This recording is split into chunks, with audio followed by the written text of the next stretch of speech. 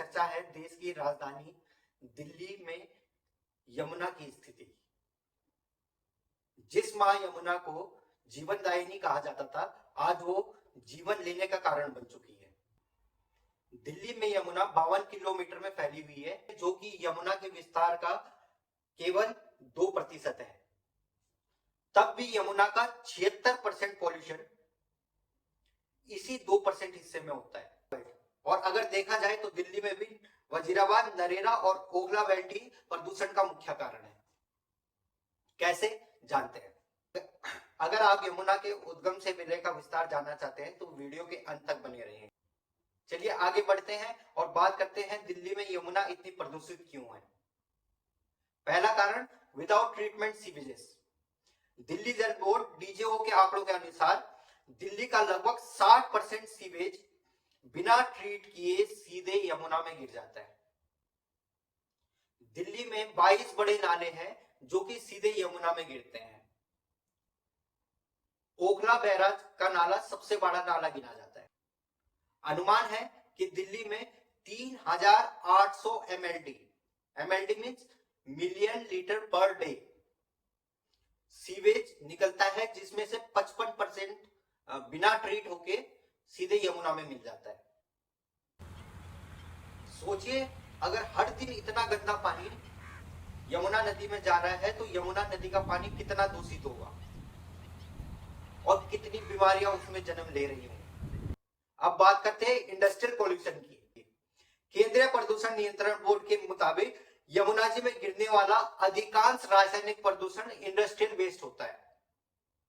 अब industrial waste में कौन कौन से वेस्ट आते हैं? Detergent, phosphate, ammonia, heavy metals, toxic chemicals, pesticides और फर्टिलाइजर केमिकल जैसे कई जहरीले केमिकल यमुना को इंडिया की सबसे पॉल्यूटेड और डेडली रिवर बनाती है। क्या आप जानते हैं दिल्ली में लगभग 450 इंडस्ट्री ऐसी हैं जो बिना परमिशन के सीधे केमिकल वेस्ट यमुना में छोड़ देती है। प्लास्टिक नदी के सेल्फ हीलिंग प्रोसेस को रोक रहा है, जिसके कारण जल में डीओ लेवल घटता जा रहा है। डीओ लेवल क्या होता है? Dissolve oxygen. जैसे हम सांस लेते हैं उसी टाइप से जो जल में रहने वाले जीव हैं वो पानी के द्वारा, डिसॉल्व ऑक्सीजन के द्वारा सांस लेते हैं, और इसकी कमी होने पे जल में रहने वाले जीवन भी खतरे में आ चुके हैं। आगे बढ़ते हैं धार्मिक आस्था की ओर। धार्मिक पूजा जैसे छठ पूजा और गणपति विसर्जन। केंद्रीय प्रदूषण नियंत्रण बोर्ड सीपीसीबी की रिपोर्ट के मुताबिक पूजा सामग्री और केमिकल रंगों से बनी हुई मूर्तियां भी प्रदूषण का कारण बनती है।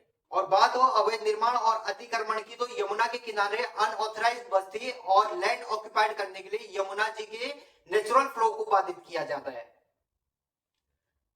अब जानते हैं सरकार द्वारा किए गए प्रमुख योजनाओं के बारे में। दिल्ली में सीवेज ट्रीटमेंट और यमुना की सफाई के लिए सरकारों ने कई योजनाएं शुरू की।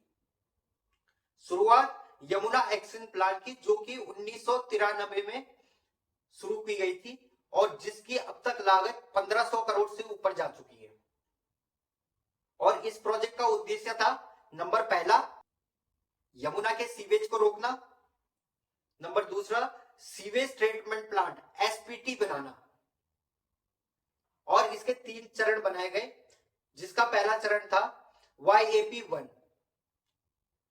1993 से 2003 तक यह प्लान चला। YAP2 2003 से 2000 तक इसका प्लान चला। और YAP3 2011 से अभी 2025 तक ये चला। और अब तक इसमें 1500 करोड़ से ज्यादा रुपए खर्च हो चुके हैं और रिजल्ट कुछ नहीं निकला। स्थिति जस की तस। और अब बात करते हैं असफलता के क्या कारण रहे। दिल्ली में रोजाना 3800 एमएलडी सीवेज निकलता है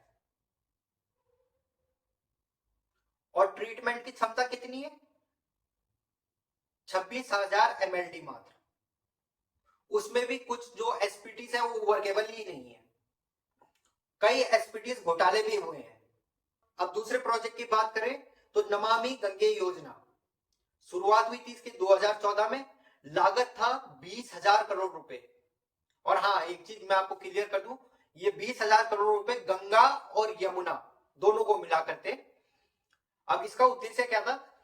सीवेज को रोकना, ट्रीटमेंट प्लांट बनाना, कचरा साफ करना, जो यमुना गंगा में साफ करना है वो सब कुछ, जिसमें यमुना के लिए 4,500 करोड़ रुपए खर्च किए गए। उद्देश्य क्या था? 13 न्यू एसपीटीज मंजूर हुए, लेकिन अभी तक सारे के सारे इनकम्प्लीट हैं। अब बात करते हैं दिल्ली सरकार की योजनाएं। दिल्ली सरकार यानी पिछली वाली आप वाली दिल्ली सरकार की बात हो रही है। दिल्ली सरकार ने 2 योजनाएं चलाई। पहली योजना मुख्यमंत्री मुफ्त शिविर योजना। इसका उद्देश्य क्या था? इसकी शुरुआत 2019 में 3,000 करोड़ की लागत से हुई थी। उद्देश्य था अनअधिकृत कॉलोनीज जो है उसको सीवेज के साथ जोड़ना और सीवेज ट्रीटमेंट को और बेहतर बनाना। रिजल्ट क्या रहा? रिजल्ट रहा जस का तस, सिर्फ 25% ही इंप्लीमेंट हो पाया। और फिर दूसरी योजना लाई गई। दूसरी योजना थी यमुना क्लीनिंग ड्राइव, जो कि 2022 से 2023 तक चली। इसका बजट था 650 करोड़ रुपए। अब इसका उद्देश्य क्या था? इसका उद्देश्य था यमुना के किनारे सफाई और जो झाग है उसे कम करना। परिणाम क्या निकला? परिणाम ये निकला कि सरकार को सत्ता से हाथ धोना पड़ा। तो चलिए फाइनली अब चलते हैं समाधान की ओर। वैसे अब नई बीजेपी सरकार आ चुकी है, तो उम्मीद करते हैं जैसे साबरमती रिवर शुद्ध हो रखी है, उसी तरह जल्दी हमारी यमुना भी शुद्ध हो जाए। फिर भी अगर हम समाधान की बात करते हैं तो समाधान में आते हैं। समाधान ये निकाला जा सकता है कि 2026 तक दिल्ली में कम से कम 5,000 million litre per day treatment की व्यवस्था होनी होगी और इंडस्ट्रियल कॉलोनीज सभी को सीवेजेस के साथ जोड़ना होगा और जीरो लिक्विड डिस्चार्ज तक पहुंचना होगा। यमुना के किनारे अवैध निर्माण को हटाना होगा और बाढ़ रोकथाम की पूर्ण व्यवस्था करनी होगी। फिर फाइनली हथनीकुंड बैराज के माध्यम से यमुना के फ्लो को नियमित तौर पर बढ़ाना और घटाना पड़ेगा। जिससे होगा क्या? जिससे यमुना में सेल्फ हीलिंग पावर बढ़ पाएगी। और होगा क्या? इससे डीओ लेवल बढ़ेगा और दोबारा से यमुना में जल जीव पनप पाएंगे।